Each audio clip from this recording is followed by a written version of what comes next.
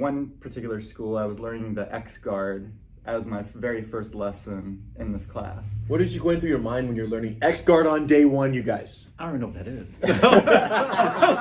What's up, you guys? We're here at Gracie University on a Tuesday afternoon, midday class, the lunchtime class. And I'm here with my guys, Antonio and Daniel, and they train during these daytime classes. They usually come to the 7 a.m. classes as well, the Gracie Combative 7 a.m. classes. And I've seen their faces around here for a while, right? It's been awesome to see them training. And then today I finally had a chance to talk to them and ask them a little bit about how they find us. I always want to know how you ended up here. And some people say I just drove by for 3 years, then I finally made it in. These guys have different stories. And when students have experiences training at other schools before they get here, I'm always so fascinated and curious about what their experience was like. Because, you know, it's just powerful feedback. And both of them have experience at other schools, more than one other school for each of them, before they ended up here. So I'm going to let them kind of share for themselves what those experiences were like, just kind of giving people a sense of how many classes. We don't have to name any schools. I'm not here to bash any schools. I'm just here to allow you guys to hear from people who have embarked on this journey and had a challenging beginning and then found their way, so that other people who are on the fence can hear what it's like and what to watch out for and what the concerns might be and what's possible for you. So why don't you start, Antonio, about where you started, or not even the location name necessarily, but just what was the initial experience for you like?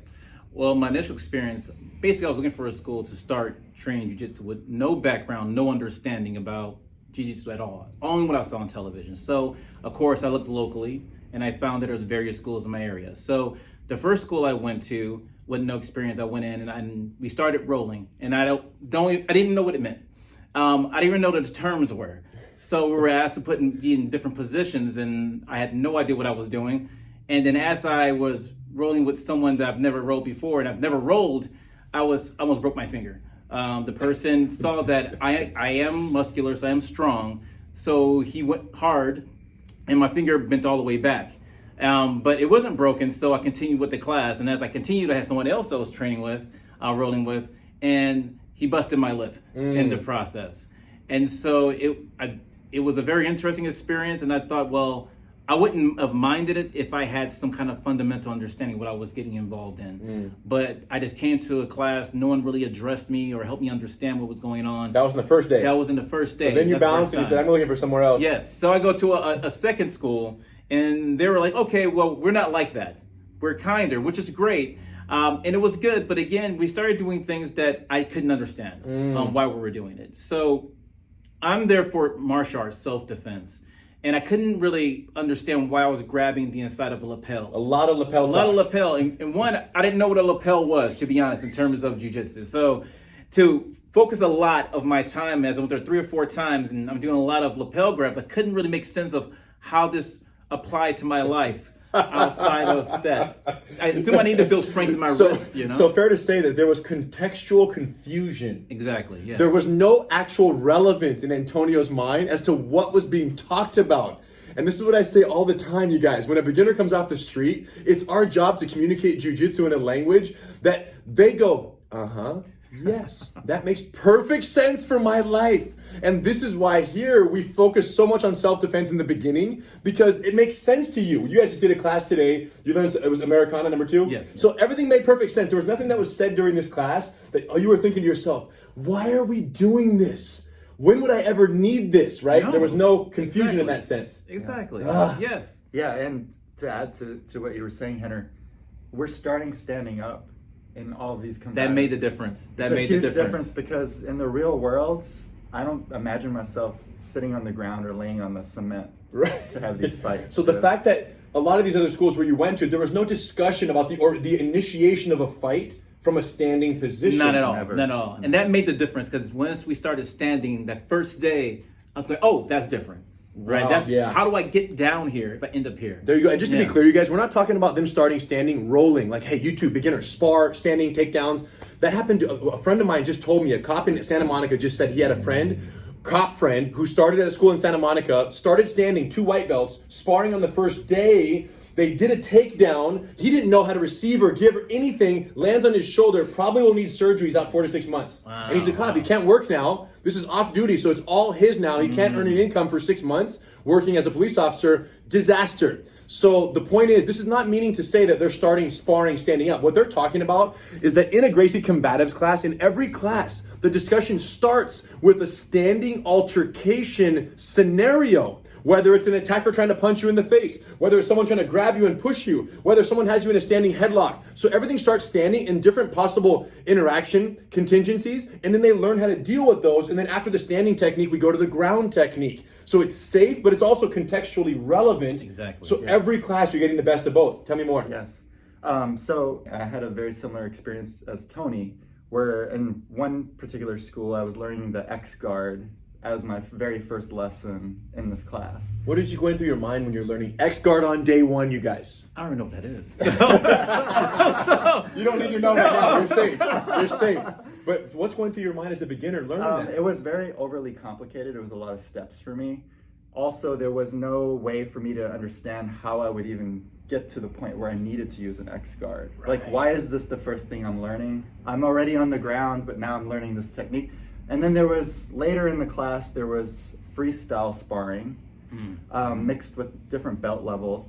And the instructor was saying things like, oh, use the move of the day, which is the X guard. And I'm like, okay, but I don't even know, like, how to get there. how am I supposed to get there? Exact same feeling. Do this thing. What is this thing I'm supposed to do? Yeah. I don't know what that is. What is that called? So you're just overwhelmed. Like, I have no idea. So that's really the question is, for you bounce at 2 different schools before ending up here. You bounce at 3 different schools before you ended up here. Compared to the experience, how is this different for the people who haven't tried any schools? Tell them a little bit about what fears, concerns, gaping holes that what you're experiencing here has plugged and has made a better learning experience for a beginner. I can tell you that my first concern before starting jiu-jitsu was I didn't want to get hurt.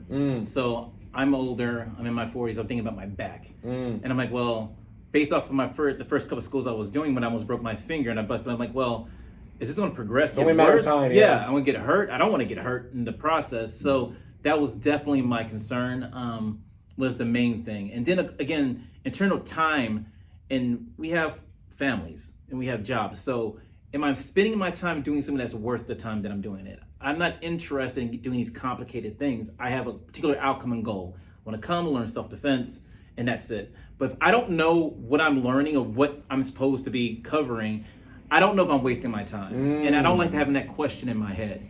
So coming here, knowing what I'm going to cover, having a set listings to do, I'm like, okay, I know I'm going to cover, and having different times of day or days I can take these classes, I can plan ahead that works with family schedules. And that's extremely important when you don't have all day to come out and train. You have a life. Yeah. That's major, as your point, because you talk about a combatives card, a Gracie combatives card. We're missing lessons 17, we're missing 21 and 22. The fact that there's a calendar that is published that you can look at and you can know that next Monday at 7 a.m. is class number 17 allows you to say, I'm going to that class. Exactly. And at the previous schools, you're saying there was nothing of this kind, so you really couldn't own your process through a curriculum. No, not at all. You just walked in, you're like, you cover fundamentals, you cover some principles, but okay, what principles, what do you mean by fundamentals? There's no information. It's like going to college or a school and not knowing what you're going to be taught. What classes you're going to take, right? Over 3 you're like, I don't know how far I am to get my diploma. I mean, eventually. Sometime. And they say to you, just keep showing up, you'll get it. We got you. Like, all right. And to that point, like today, like I take privates here whenever I can. Like I knew that 17 was a gap for me in the card. And so it was the only gap I had. And so I'm like, I don't want to wait for the few days it takes for me to get to this class. You can plan and strategize. I can have that private class. So you can do a private class to supplement what you can't even hit in the group class. But everyone has an agreement that this is what we're learning first. Exactly. And once you learn this, just so you guys know what's coming next, once you learn the basics, you've completed this. It takes about 8 months to complete and then test out and graduate from this. You're going to have a solid foundation. You're going to know how to move your body in safe ways. You're going to have made tons of friends on the mat over that period of time. And then you're going to graduate and go into the master cycle. In the master cycle, the sea of techniques opens up vastly, hundreds of techniques, and you start sparring. But by then, you know where you put your body, where not to put your body. You know what it means to tap out. You know which joint locks exist. You know what strangulation feels like. So you know where all the vocabulary and all the dangers and all the safe zones are in a fight. And you're sparring with people that you've known for so many months. So it's not trying to rip each other's head off like it was on day one over there. Exactly. If it's your homie who you've been around for a long time, and then you're sparring, it's a totally different energy because you know each other, and you're challenging each other, but you're also respecting and protecting each other at the same time. There's a trust. There's a trust. And these moves, you have to trust people. Super. Yeah. You're giving them your arm. Yes. Exactly, like today. Exactly. Don't break my arm, please. Exactly. So safety is top priority in that regard, but also curriculum structure that allows you guys to take ownership. Just like we've taken ownership, you've taken ownership of your own progress. So there's an agreement here that we're all working towards a goal. 100%. And you guys, I can't tell you how important this is. I don't care if you own a jiu-jitsu school and you teach anywhere. You have to ask one question. When someone walks in with no experience like these guys, and you ask yourself, what is the frame of reference that they're coming in with? His frame of reference is, I just don't want to get hurt in a street fight. I want to protect myself. I want self-defense. I want martial arts. So you have to speak a language that at the very least is contextually relevant for someone who is coming in looking for something that could help them defend themselves. If the first day you're on the X guard, or you're on the wrap the lapel around, or the lapel and grabbing the thing, and he doesn't even understand, A, what if someone's not wearing this lapel, and B, what does it even mean in the significance of a fight, this grab that you're telling me how to break or establish or keep, it's so nuanced that you lose them. So, I don't know, you guys. Obviously, we're excited about getting... I like that people give us a try. It was your fourth try was us. Yes. It was your third try was Gracie University. So anybody out there who's had one or two tries and failed and didn't like jiu-jitsu, don't give up on jiu-jitsu. Try this model before you give up entirely. That's number one. Number two, if you're on the fence and you've never tried jiu-jitsu, when you go into a school, there's some questions you can ask. You can say, hey, right, do you guys teach self-defense here? Right? Am I going to be sparring in the first weeks or months when I don't even know what I'm doing? You can ask a teacher that. You should ask. Because if they say yes, you're going to be sparring within 2 weeks. The question is that enough time to be safe with your body as an adult who has aging joints and bones, right? We're not talking about 22-year-old MMA, UFC wannabe fighter. We're talking about adults with established careers and families, and they can't afford to get hurt or embarrassed every class they come to, because, and then why would they want to keep coming to class? You have to ask yourself, why am I doing this? Exactly. Yep, Yes. Yep, exactly. Yeah, and the other thing I learned too, a lot of the schools will tell you it's self-defense, but it's not really self-defense. Again, going back to what we discussed earlier, if you're starting on the ground as your go-to, pulling guard as your first move, that to me is not the right. I think it's formed for it's formed for anyone who Yeah. hasn't been on the ground. It's disorienting. So I'm like, okay, I come in. Remember, it's my first day. I come in, and you say, get on the ground. I'm like, I don't want to be down there. Why am I here? And I'm just going along. But the question is not being answered. There's not a connection between me walking in as somebody who knows nothing, and then within 5-10 minutes, I'm in a uniform I'm not used to. I'm in a gi, number one. In a position that makes no sense to you. Yes. Yeah. Why And are I'm you doing there? something Why are we there? Nothing makes sense along the process, and that confusion leaves you even into class with a question mark. Like, There you what? go. And remember, we're paying for this. I'm sorry. What am I doing with my time? Like, I don't understand. And that's the question that's in your head. And if it's not answered, and you just keep moving on until you get it answered, you don't get it answered. Or you don't get an answer, and then you just give don't up on do it. jiu-jitsu, and that's it. Or you stay training with that, and you never have it answered. Yeah. And it just kind of goes on, and that's a great point. So if the storefront says self-defense, you guys, I think what the gentlemen are saying is that you kind of have to uphold that promise. And self-defense should be contextually relevant to what someone who knows nothing thinks about a street fight and what would actually happen, whether it's starting standing up and eventually making your way to the ground. And then once you're on the ground, teaching techniques that actually make sense for a fight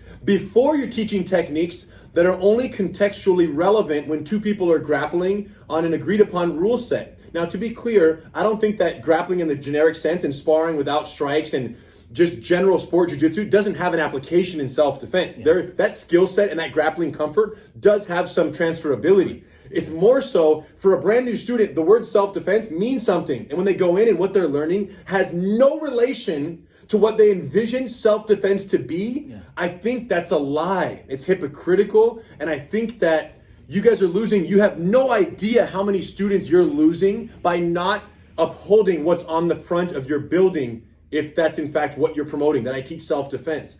So don't just put it up there as a sticker. You have to actually bring it into the culture and allow there to be a language at your school that is spoken that makes sense to people who are in fact looking to protect themselves, rather than we'll get you with self-defense on the storefront, but when you get in here, we're gonna trick you and we're gonna do something completely different. We're not gonna talk about a punch. We're not gonna talk about anything standing. We're not gonna talk about a headlock. We're not gonna talk about any of the considerations of a real fight. Let's just do this grappling sport and let's call it self-defense, but it's not really relevant to what you think a fight actually looks like. Yeah, in sport, jiu-jitsu is fine. I have no problems with it. Yeah. I think it's like anything else when I work in my kind of field. What you put out, and that's what a person's looking for, you got to make sure you have that promise coming in. At least up front. Yes. At least up front. Yes. And then over time, like for us in Master Cycle, you're going to learn many techniques that you would say, wow, I don't see this working in a street fight directly like this, but I can see how it works on all my training partners. Well, that's fun at that point, I because know. now I'm already introduced, Now right? you're already safe, and you know that you have a foundation to not get beat up in a fight, so you can explore the rest of jiu-jitsu. But if day one robs you of the origins, the fighting origins of jiu-jitsu, and you never actually see that, I think it's a huge lie.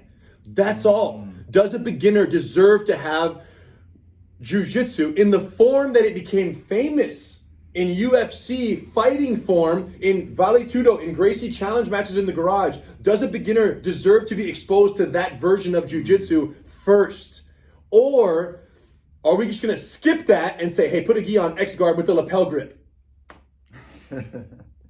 Yeah. What do the people deserve? And all I'm saying is this, you guys, you don't have to take my advice. Just know that when you don't take the advice, people leave those schools and they keep searching on the internet until they find a school that meets that need for them. And that's why they're here. And I'm making this video not only to say, hey, thanks for being here, but also to all the school owners out there. This is for you guys to just take a note. Do you want to lose students, or do you want to keep Tony and Daniel at your school when they show up? There's a way to do that. It's not that hard. I'm done. Anything else?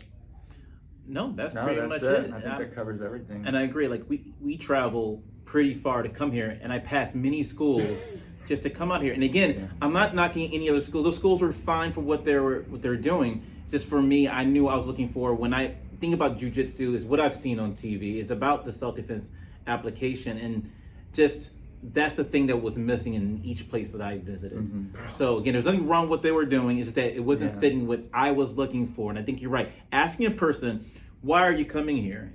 And if I'm talking about self-defense, then yes, please complete that promise. If not, then I'll drive early in the morning, halfway to go far away from like many schools that are actually in my neighborhood to get what I'm looking for. I mean, there's a school literally 2-minute walk from where I live, which is one of the schools I went to. But I'm willing to drive 30 minutes in the morning to come to this school get what I'm because looking I know for. this is the right place to be for what I'm looking for. So, yeah, that's it. Thank you. All right, you guys. I have nothing else to say. Listen to the guys. Appreciate you guys being here. Good job in class today. And the journey continues. Peace out, guys. Yeah.